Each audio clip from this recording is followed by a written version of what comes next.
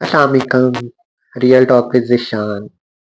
English नहीं, ਅੱਜ ਬਣੀ ਨਹੀਂ ਪੰਜਾਬੀ ਚ, ਕਿਉਂਕਿ ਪੰਜਾਬੀ ਚੱਲ ਰਹੀ ਹੈ ਅੱਜ ਕੱਲ। ਪੰਜਾਬ 'ਚ ਜ਼ਿਆਦਾ ਕੰਮ ਹੋ ਰਿਹਾ ਜਾਂ ਕੁਛ ਪੰਜਾਬ ਹੌਟ ਇਸ਼ੂਜ਼ 'ਚ ਚੱਲ ਰਿਹਾ। ਹਾਂਜੀ, ਟ੍ਰੈਫਿਕ ਵਾਇਲੇਸ਼ਨ, ਚਲਾਨ ਹੋ ਰਹੇ, ਪਰਚੇ ਹੋ ਰਹੇ ਆ, ਹਰ ਚੀਜ਼ ਤੇ ਫੜ ਲਓ ਫੜ ਲਓ ਫੜ ਲਓ, ਆ ਚੱਲ ਰਿਹਾ ਵਾ। ਹੈਲਮਟ ਪਾ ਲਓ, ਠੀਕ ਆ, ਲਾਇਸੈਂਸ ਬਣਾ ਲਓ, ਸਿਗਨਲ ਰੈੱਡ ਆ ਰੁਕ ਜਾਓ, ਕੀ ਟੈਨਸ਼ਨ ਆ, ਮਤਲਬ ਕੀ ਹੋ ਕੀ ਜਾਂਦਾ ਵਾ।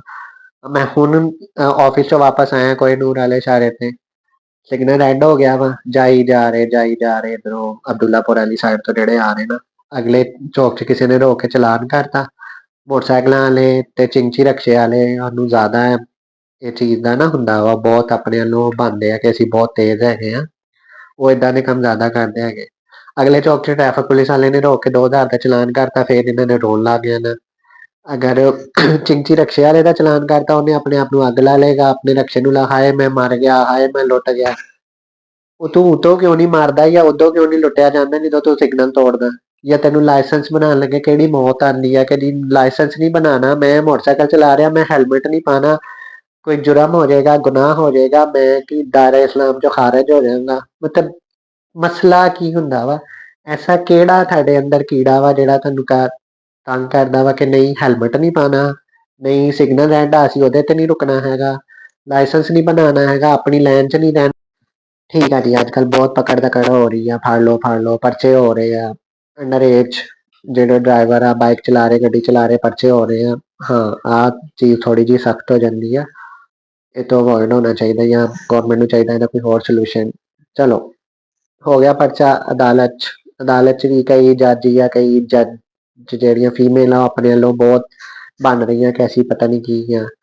ਪੰਜਾਬ 'ਚ ਹੋ ਰਿਹਾ, ਪੰਜਾਬ 'ਚ ਹਾਈ ਕੋਰਟ ਲੋਅਰ ਕੋਰਟ ਜ਼ਮਾਨਤਾਂ ਦੇ ਦਿੰਦੀ ਉਹਨਾਂ ਨੂੰ, ਠੀਕ ਆ, ਓਕੇ ਹੋ ਗਿਆ, ਕੋਈ ਮਸਲਾ ਨਹੀਂ, ਹੋ ਗਿਆ। ਲਾਹੌਰ ਹਾਈ ਕੋਰਟ 'ਚ ਨਿਕਲਣਾ ਵਾ, ਹੁਣ ਆਪਾਂ ਪਹੁੰਚਣਾ ਇਸਲਾਮਾਬਾਦ ਹਾਈ ਕੋਰਟ। 2 ਦਿਨ ਪਹਿਲੇ ਕੀ ਹੋ ਰਿਹਾ ਵਾ, ਇਸਲਾਮਾਬਾਦ ਹਾਈ ਕੋਰਟ ਦਾ ਜੱਜ ਆ, ਉਹਦਾ ਬੇਟਾ ਕੀ ਚਲਾ ਰਿਹਾ, ਟੋਯੋਟਾ ਲੈਂਡ ਕਰੂਜ਼ਰ V8, ਠੀਕ ਆ, ਜਿਹਦੀ ਪ੍ਰਾਈਜ਼ ਹੈਗੀ ਆ ਕਰੋੜਾਂ ਦੇ ਵਿੱਚ।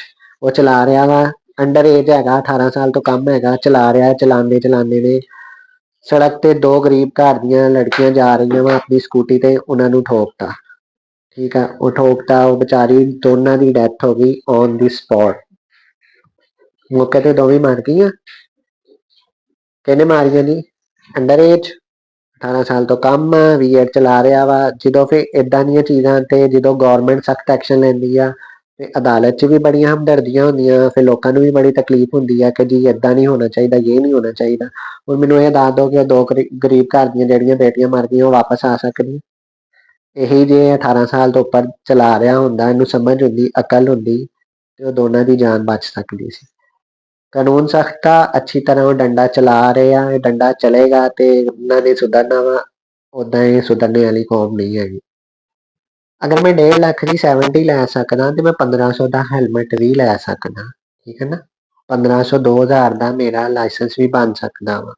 ਮੈਂ ਇਸ਼ਾਰੇ ਤੇ ਰੁਕ ਜਾਵਾਂਗਾ, ਕੁਛ ਪੈਸਿਆਂ ਦਾ, ਇਹ 1 ਅੱਧੇ ਰੁਪਏ ਦਾ 2 ਰੁਪਏ ਦਾ ਪੈਟਰੋਲ ਜ਼ਿਆਦਾ ਲੱਗ ਜਾਏਗਾ, ਕੋਈ ਮਸਲਾ ਨਹੀਂ ਹੈਗਾ, ਠੀਕ ਹੈ।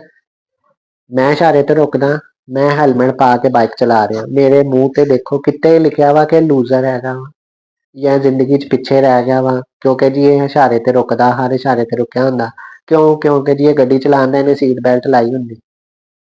ਮੈਂ ਤੇ ਅੱਜ ਤੱਕ ਅੱਲਾ ਦਾ ਸ਼ੁਕਰ ਹੈ ਕਿਤੇ ਪਿੱਛੇ ਨਹੀਂ ਰਿਹਾ, ਨਾ ਮੈਨੂੰ ਸੁਸਾਇਟੀ 'ਚ ਮੇਰਾ ਕੋਈ ਮਜ਼ਾਕ ਉਡਾਉਂਦਾ ਹੈਗਾ, ਜਾਂ ਮੈਂ ਸੁਸਾਇਟੀ 'ਚ ਬਾਹਰ ਨਿਕਲਦਾ ਵਾ ਤੇ ਲੋਕੀ ਕਹਿੰਦੇ ਆ ਉਹ ਲੂਜ਼ਰ ਆ ਗਿਆ। ਕਿਉਂਕਿ ਜੀ ਇਹ ਇਸ਼ਾਰੇ ਤੇ ਰੁਕਦਾ, ਕਿਉਂ ਇਹ ਬਾਈਕ ਚਲਾਉਂਦਾ ਨਾ ਹੈਲਮਟ ਪਾਇਆ ਹੁੰਦਾ, ਕਿਉਂ ਇਹ ਜਦੋਂ ਗੱਡੀ ਚਲਾਉਂਦਾ ਵਾ ਇਹਨੇ ਸੀਟ ਬੈਲਟ ਲਾਈ ਹੁੰਦੀ, ਮੋਟਰਵੇ ਤੇ ਜਾਂਦਾ ਵਾ, ਇਹ ਆਪਣੀ ਲਾਈਨ 'ਚ ਰਹਿੰਦਾ ਵਾ, according to speed, under speed limit ਦੇ ਅੰਦਰ ਰਹਿ ਕੇ ਗੱਡੀ ਚਲਾਉਂਦਾ ਵਾ, ਠੀਕ ਆ, ਕੁਛ ਨਹੀਂ ਹੁੰਦਾ ਏਦਾਂ। ਇਸ ਲਈ ਬਿਹਤਰ ਹੈ ਕਿ ਤੁਸੀਂ ਵੀ ਹੈਲਮਟ ਪਾ ਲਓ, ਲਾਇਸੈਂਸ ਬਣਵਾ ਲਓ, ਲਾਈਨ 'ਚ ਰਹੋ, ਇਸ਼ਾਰਾ ਬੰਦ ਹੈ ਰੁਕ ਜਾਓ, ਇਹ 'ਚ ਤੁਹਾਡਾ ਹੀ ਫਾਇਦਾ ਵਾ। ਤੁਸੀਂ ਆਪਣੇ ਇਸ਼ਾਰਾ ਤੋੜ ਕੇ ਨਿਕਲ ਰਹੇ ਆ, ਜਿਨ੍ਹਾਂ ਦਾ ਇਸ਼ਾਰਾ ਖੁੱਲਾ ਉਹ ਅੱਗਿਓਂ ਆ ਗਏ, ਐਕਸੀਡੈਂਟ ਹੋ ਗਿਆ, ਤੁਸੀਂ ਮਰ ਗਏ, ਕਿਹਦਾ ਨੁਕਸਾਨ ਹੋਇਆ? ਤੁਹਾਡਾ, ਤੁਹਾਡੇ ਘਰ ਵਾਲਿਆਂ ਦਾ। ਤੁਸੀਂ ਆਪਣੇ ਇਸ਼ਾਰੇ ਤੇ ਰੁਕੇ ਆ, ਆਪਣੇ ਗ੍ਰੀਨ ਇਸ਼ਾਰੇ ਵਾਲੇ ਗੁਜ਼ਰ ਰਹੇ ਆ, ਕੋਈ ਮਸਲਾ ਨਹੀਂ, ਠੀਕ ਹੈ ਸਾਰਾ ਕੁਛ।